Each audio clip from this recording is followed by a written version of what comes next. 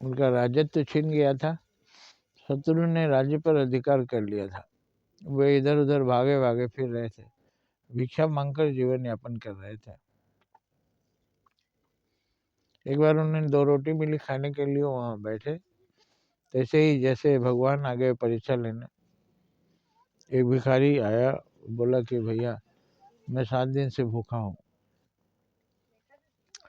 तो थोड़ा देर रुके, उसको देखे और उन्होंने अपनी दोनों रोटी उसको दे दी। स्वयं उठ कर चल दिए, और कहीं मिल जाएगा खाऊंगा, मैं 2 दिन का भूखा हूँ, जान निकल रही है, ये 7 दिन का भूखा है, पहले इसको जरूरत है। ऐसा कौन सोचता है? तो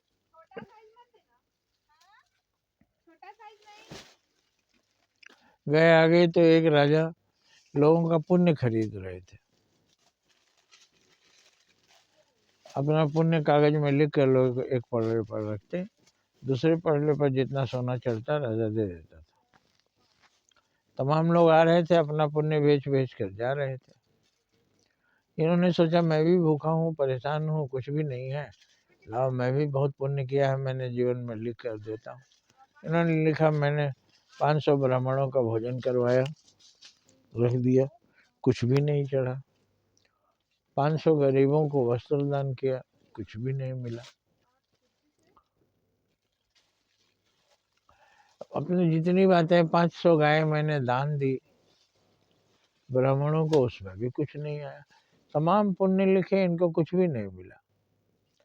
तो राजा भी हैरान, क्या है, आप कौन है भाई, कुछ भी लिख रहे हैं, कुछ नहीं पा रहे हैं, तमाम लोग ले लेकर जा रहे हैं, और कुछ सोच के लिखिए। तो इन्होंने लिखा, परसों मैं 2 दिन का भूखा था, फिर भी मैंने 7 दिन को भूखे भिखारी को अपनी रोटी दे दी। ये लिख कर जैसे कागज रखे, पलड़ा नीचे दब गया। और उस पर जितना भी सोना चढ़ाते थे राजा, कुछ उठता ही नहीं था। राजा परेशान हो गया, आपके आपने क्या लिख दिया कि मेरा पूरा राज्य भी दे देने से वो उसकी बराबरी नहीं कर सकता। तो उन्होंने कहा, कुछ नहीं, यही मैं परसों 2 दिन से भूखा था और खाने बैठा रोटी, तो कोई भिखारी आ गया, 7 दिन का भूखा हूँ, उसको मैंने दे दिया था।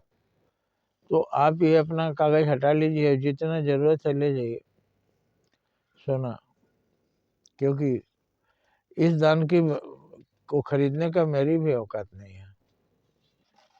जो भूख के बावजूद आपने किसी को दे दिया, इतना बड़ा त्याग, ये सबसे बड़ा दान आपने किया। राजा आश्चर्यचकित हो गए, 2 रोटी में सारा राज्य, और इतने ब्राह्मण दान, इतने गोदान, इतने घर दान, वस्त्र दान, अन्न दान, सोना दान, सब बेकार हो गए।